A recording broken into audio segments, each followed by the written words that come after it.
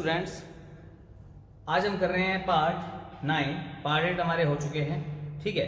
तो पार्ट 9 के अंदर जो है अब आज हम स्टार्ट करेंगे 13.4 एक्सरसाइज। पहली एक्सरसाइज में हम जिसके बाकी पार्ट्स हैं, पहले 8 पार्ट, उसमें हम बाकी एक्सरसाइज कर चुके हैं। अगर आपने नहीं देखा तो अभी जाइए, पहले वो देखिए। उसके बाद अब नेक्स्ट जो है आप इसके अंदर जो है 13.4 स्टार्ट करेंगे। तो यहाँ पर हमारे पास 2 सॉलिड और हैं, 4 सॉलिड हम पढ़ चुके हैं बच्चों अब तक। क्यूबॉइड, क्यूब, सिलेंडर और कॉन, ठीक है। तो 4 हम पढ़ चुके हैं। अब हमारे पास फिफ्थ आएगा सफियर। सफियर सफियर जो होता है वो आपने इसका बेस्ट एग्जांपल क्या है, आपने बॉल देखी है, ठीक है। टेबल टेनिस बॉल या बैट बॉल की जो बॉल है या फुटबॉल है जो फुल्ली गोल होती है, ठीक है, उसका बेस्ट एग्जांपल आप ले सकते हो। इसका रेडियस होगा r और इसकी डायमीटर होगा 2r। ये कितनी बड़ी है बॉल, उसका डायमीटर हो गया, ठीक है। इसके अंदर क्या आएगा, आपसे सिर्फ एस से देखो, हमारे पास 2 चीजें होती हैं, सी एस से, एल एस से या टी एस से, लेकिन इसके अंदर आपसे सिर्फ एस ए पूछा जाएगा, सिर्फ एस से पूछा जाएगा। एस से मतलब सर्फेस एरिया पूछा जाएगा। क्यों? क्योंकि इसके अंदर ना तो फर्श है, क्योंकि फर्श ऐसे है तो इसको फर्श नहीं मानेंगे, प्लेन को फर्श मानेंगे, ना ही छत है।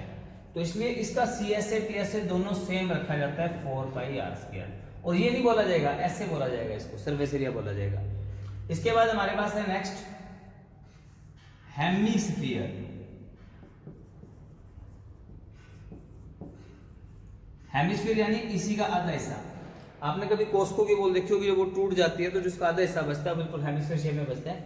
तो इसके अंदर भी रेडियस होता है, सिर्फ रेडियस और कुछ नहीं। हाँ, अब इसमें क्या देखो, छत आ गई, प्लेन है बिल्कुल, छत आ गई ना। तो इसका सी एस टी एस से अलग है। इसका सी एस से होता है 2πr², यानी छत को छोड़ के बाकी एरिया, और इसका जो टी एस से होता है छत को मिला के बन जाता है 3πr², जो मैंने यहाँ पे लिख दिए हैं ऑलरेडी। स्फीयर जो है वो ऐसे बोला जाता है 4πr²। हेमिस्फीयर का सी एस से होता है 2πr², टी एस से होता है 3πr²। तो आप इनको बच्चों याद रख लें, नोट रख लें, ठीक है। तो चलिए एक्सरसाइज शुरू करते हैं हमारी 13.4। ये फॉर्मूला आप अच्छे से नोट कर लो बच्चों। ये एक्सरसाइज बहुत सिंपल है, बहुत ईजी है। तो चलिए इसके हम स्टार्ट करते हैं। क्वेश्चन नंबर फर्स्ट बच्चों, क्वेश्चन नंबर फर्स्ट के अंदर आपको सारे पार्ट दे रखे हैं, हम इसका सेकंड पार्ट कर रहे हैं। क्वेश्चन नंबर फर्स्ट के अंदर तीनों पार्ट है, तीनों पार्ट में क्या बोला गया, रेडियस बोला गया है। जैसे सेकंड पार्ट में आपको बोला गया है find the surface area of sphere. देखो सरफेस एरिया यूज हुआ है, C S A T S से नहीं बोला उन्होंने स्फीयर के मामले में, ठीक है, क्योंकि फर्स्ट छत होती नहीं बच्चों। चलिए, तो आपका रेडियस दे रखा है आपको स्फीयर रेडियस। स्फीयर रेडियस है r 5.6 सेंटीमीटर। तो इसको आप लिख सकते हो 56/10 सेंटीमीटर, ठीक है। तो हमें क्या निकालना है, इसका सरफेस एरिया। तो क्या होता है 4πr²। तो 4 22/7 r², 56/10, 56/10। तो अब ये गया 8 पे, और 10 100,000 कभी भी आ जाए मत काटें, सीधा ऊपर वालों को गुना करो। ये तो गुना हो गया 88, इसकी से गुना कर दो 8 6 48, और 8 5 40 4 44 बाय में 100। इसकी भी मल्टीप्लाई कर दो रफली, 448 की 88 से 8 64 6 8 32 38 3 8 32 35, सेम चीज 35 84 यहाँ आ जाएगा, 4 12 13 14 8 9 3 394.24, यह आएगा 394/100, यानी 394.24 सेंटीमीटर स्क्वायर, ठीक है। तो ये था हमारा पहले का सेकंड पार्ट। इसी के जैसे आपको बाकी पार्ट्स करने हैं। इसी के साथ आप देख लीजिए क्वेश्चन नंबर 2 भी। क्वेश्चन नंबर 2 के अंदर आपको ना डायमीटर दिया गया है। क्वेश्चन नंबर 2 का सेकंड पार्ट, इसका भी सेकंड पार्ट देख लो आप। क्वेश्चन नंबर 2 के अंदर आपको स्फीयर का डायामीटर दिया हुआ है। स्फीयर डायमीटर 21, तो r कितना हुआ 21/2 सेंटीमीटर। तो हमें इसका बताना है surface area. Same formula 4πr²। तो 4 22/7 21/2 21/2 7 3, ये गया 2 पे, ये भी गया। तो इसकी गुना करते हैं तो 22 गुना में 63 ये आ जाएगा, इसकी गुना करोगे तो 3 दूना 6, 12 6 18, 12 और 1 1386 सेंटीमीटर स्क्वायर। क्वेश्चन नंबर 2 का फर्स्ट। इसी के जैसे पहले और दूसरे के सारे पार्ट हैं, बस क्वेश्चन नंबर फर्स्ट में सीधा रेडियस दिया था तो फॉर्मूला लगाया। इसके सभी पार्ट्स में आपको डायमीटर दिया जाएगा, तो उस स्फीयर का उससे आपने रेडियस निकाल के इसको आगे कंप्लीट करना है। ठीक है, तो चलिए नेक्स्ट क्वेश्चन करते हैं इसका। आगे देखिए बच्चों क्वेश्चन नंबर 3। क्वेश्चन नंबर 3 के अंदर क्या बोला गया आपको कि find the total surface area of hemisphere of radius 10। अब आपको हेमिस्फीयर दिया गया है, हेमिस्फीयर का रेडियस है 10 सेंटीमीटर, ये आ गया r। आपको बताना है इसका TSA, total surface area of hemisphere. ठीक है, तो TSA क्या होता है, देखो हेमिस्फीयर का TSA 3 पाई r स्क्वायर, 3 पाई r स्क्वायर। इसने एक बात और बोली है, पाई की वैल्यू 3.14 लेनी है बच्चों, तो 3.14 मतलब 314/100, 10 × 10, ये सीधा कट गया, तो 3 × 314 ये आएगा 942 सेंटीमीटर स्क्वायर। सवाल खत्म बस। ठीक है, तो क्वेश्चन नंबर 3 इतने था।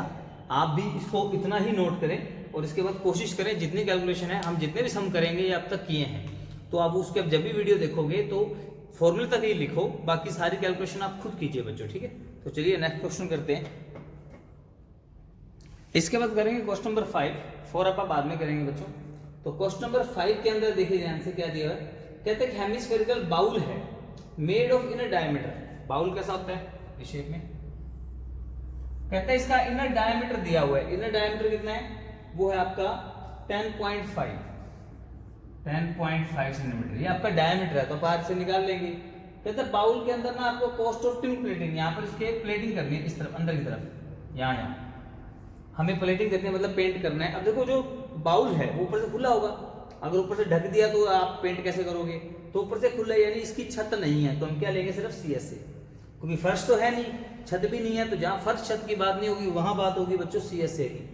तो चलिए हमें दिया है हेमिस्फीयर का डायमीटर, हेमिस्फीयर डायमीटर है 10.5, तो R कितना आया, हाफ करेंगे और पॉइंट पड़ा ही है, तो इसका आप पॉइंट हटाओगे तो बाय में 10 और आ जाएगा R। हमें निकालना है इसके अंदर का CSA यानी इनर CSA, तो ये आ गया इनर CSA 2 पाई r स्क्वायर, तो 222/7 r 105 2 × 10 105 2 × 10।